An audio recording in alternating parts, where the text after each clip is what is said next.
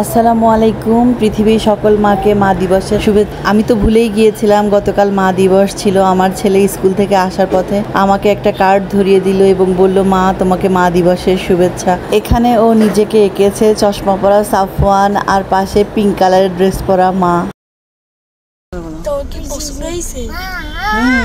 আসুন আজকে সকালবেলাতে নিয়ে যায় আপনাদেরকে। সকালবেলা ঘুম থেকে উঠে আমি বিছানাটাকে গুছাচ্ছিলাম আর আমার মেয়েটা দেখুন কেমন জানলা ধরে ধরে উঠছিল। সকালবেলা আপনাদের ভাইয়া অফিসে যাওয়ার আগে বাজারগুলো করে দিয়ে গিয়েছে। এখানে লাল শাক এনেছে, খাসির কলিজা এনেছে আর ডিম এনেছে।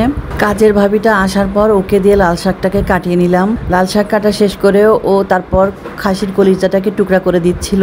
এদিক থেকে আমি লাল শাকটাকে সুন্দর মতো ধুয়ে নিচ্ছিলাম, 5-6 বার করে ধুয়ে নিচ্ছিলাম। লাল শাকটাকে অনেক বেশি বালি ছিল, শাক ভালো মতো না ধুলে বালি বালি লাগে। লাল শাকটা সুন্দর মতো ধুয়ে একটি কড়াইতে বসিয়ে দিলাম। পেঁয়াজ, রসুন, কাঁচামরিচ, লবণ দিয়ে শাকটাকে ওলট পালট করে কড়াইতে বসিয়ে দিলাম। প্রথম দিকে একটু ঢাকনা দিয়ে রাখবো, পানিটা উঠলে পরে পানিটা শুকানোর জন্য ঢাকনাটাকে খুলে রাখবো। কলিজাটাকে আমি একটু ভাপ দিয়ে পানি ফেলে দিব, এই জন্য কড়াইতে পানি বসিয়েছি। এই পানিটার মধ্যে আমি 1 টুকরা তেজপাতা এবং 2 টুকরা লবঙ্গ দিয়ে ফুটিয়ে নিয়ে তারপরে কেটে রাখা কলিজাগুলোকে কয়েক মিনিট ভাপ দিয়ে পানিটাকে ফেলে দিব। এদিকে আমার লাল শাক থেকে অনেকগুলো পানি বের হয়েছে, এটাকে আমি শুকিয়ে নিব। আর এপাশ থেকে কলিজাগুলোকে দিয়ে দিলাম, দেখুন কেমন ময়লা বের হয়েছে। 5-6 মিনিট পর লাল শাকটাও হয়ে গিয়েছে আর এইদিকে কলিজাটাও সুন্দর মতো ময়লাগুলো বের হয়ে গিয়েছে। কলিজাটাকে আমি সুন্দর মতো স্ট্রেন করে ঠান্ডা পানিতে ভিজিয়ে রাখলাম। সিদ্ধ করা লাল শাকটাকে আমি এবার বাগার দিব। প্রথমে তেল দিয়ে নিলাম, এরপর শুকনা মরিচের ফোড়ন দিলাম। শুকনা মরিচটা একটু লাল লাল হয়ে আসলে আমি পেঁয়াজ এবং রসুনটাকে দিয়ে সুন্দর মতো ভেজে নিলাম। এবার সিদ্ধ করে রাখা লাল শাকটাকে দিয়ে একটু নেড়ে চেড়ে নামিয়ে নিব।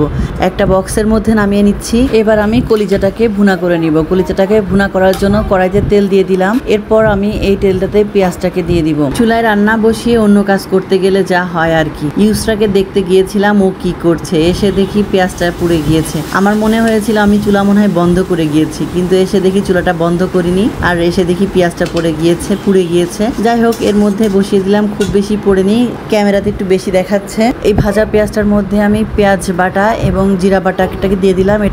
এটাকে আমি ডিপ ফ্রিজে রেখে দিয়েছিলাম। বাকি গুঁড়া মশলাকে আস্তে আস্তে দিয়ে সুন্দর মতো করে মশলাগুলোকে কষিয়ে নিলাম।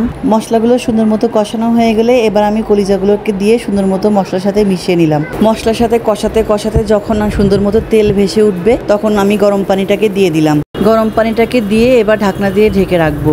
ঢাকনা দিয়ে কিছুক্ষণ ঢেকে রাখার পর বলক আসলে আমি কতগুলো কাঁচামরিচ দিয়ে দিলাম। কাঁচামরিচ দিলে একটা সুন্দর ফ্লেভার আসে, এজন্য আমার কাঁচামরিচ দিতে ভালো লাগে। কাঁচামরিচ দেওয়ার পরে সুন্দর মতো নাড়াচাড়া করে ঢাকনাটাকে দিয়ে ঢেকে রাখবো। এই তো আমার রান্নার প্রসেস শেষ। এবার আমি একটু বেড়ে নিচ্ছি, সাফওয়ান এবং ইউসরাকে খাওয়াবো। আপনারা সবাই ভালো থাকবেন, আমাদের জন্য দোয়া করবেন। টাটা, আল্লাহ হাফেজ।